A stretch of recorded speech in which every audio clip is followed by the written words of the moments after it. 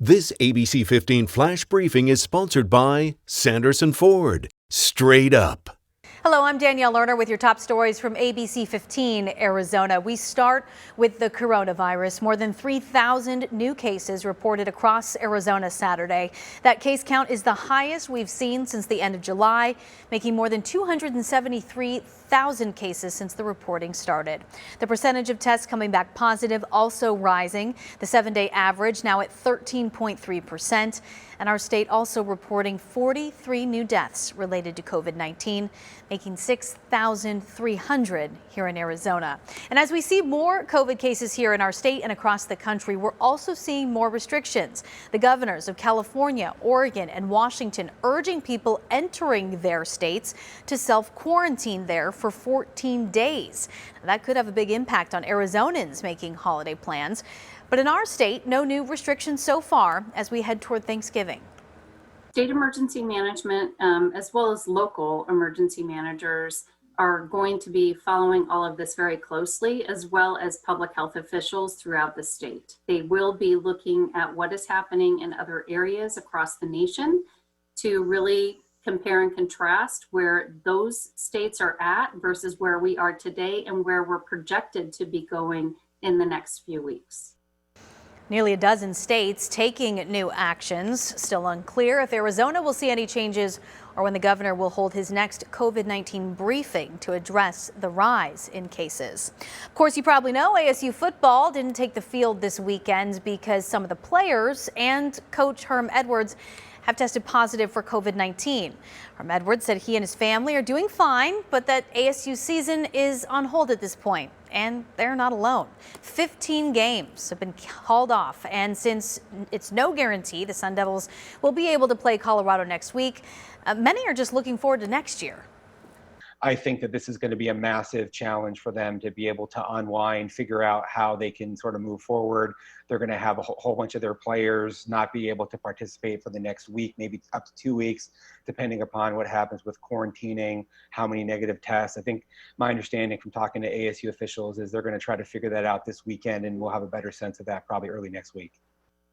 So instead, Cal and UCLA will play on Sunday morning. So far, 2 games have been canceled in the Pac-12's first 2 weekends.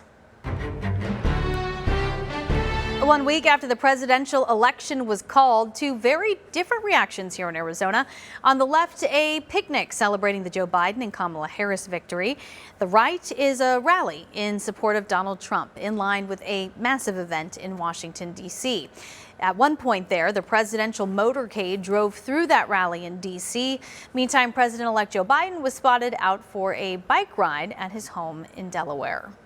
A turkey drive in Glendale is making sure families in need can still have a Thanksgiving feast. The Phoenix Rescue Mission kicking off their frozen turkey drive, and they're hoping to collect 2,000 birds this year.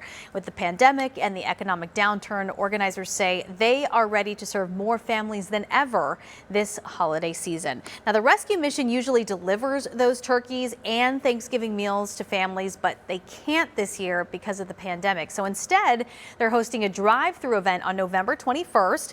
Families can receive a box filled with all the fixins at Sullivan Elementary in Phoenix. Volunteers are also needed. You can head to the rescue mission's website if you'd like to take part. And you probably didn't know that Saturday is National Pickle Day, but there's one person, or should we say elephant, who knew all about it. Indu here, take a look, is a big fan of pickles, and her keeper Corey at the Phoenix Zoo learned of her interesting taste recently and wanted to do something special for her today, hence the oversized pickle juice pop. With your most accurate forecast, I'm meteorologist Jorge Torres. High pressure will be building in over the next several days, allowing for the 80s to be back as early as Sunday and record warmth possibly next week. A look at Futurecast from now through Monday showing you Dry conditions across Arizona for the next 2 to 3 days. Little to no cloud cover, allowing for those temperatures to climb quite a bit. And tomorrow should be a fantastic one, with temperatures starting off in the 50s in the morning, climbing to the 80s by the afternoon. Sunrise time now at 7 o'clock, sunset time at 5:25. Elsewhere across State 48 on Sunday will be in the lower 80s from Tucson to Ajo and Yuma, 84 degrees tomorrow, 79 in Lake Havasu, and 73 in Sedona, and 61 up in Flagstaff. So here is that 7-day forecast. Temperatures climbing almost each and every day. We'll be in the upper 80s on Monday, near 90 degrees on Tuesday. We're talking about record highs potentially over the next several days, beginning Monday onward, and then we start to cool down gradually later next week. And in fact, next weekend, highs will be back in the lower 80s. This ABC 15 Flash Briefing is sponsored by Sanderson Ford. Straight up.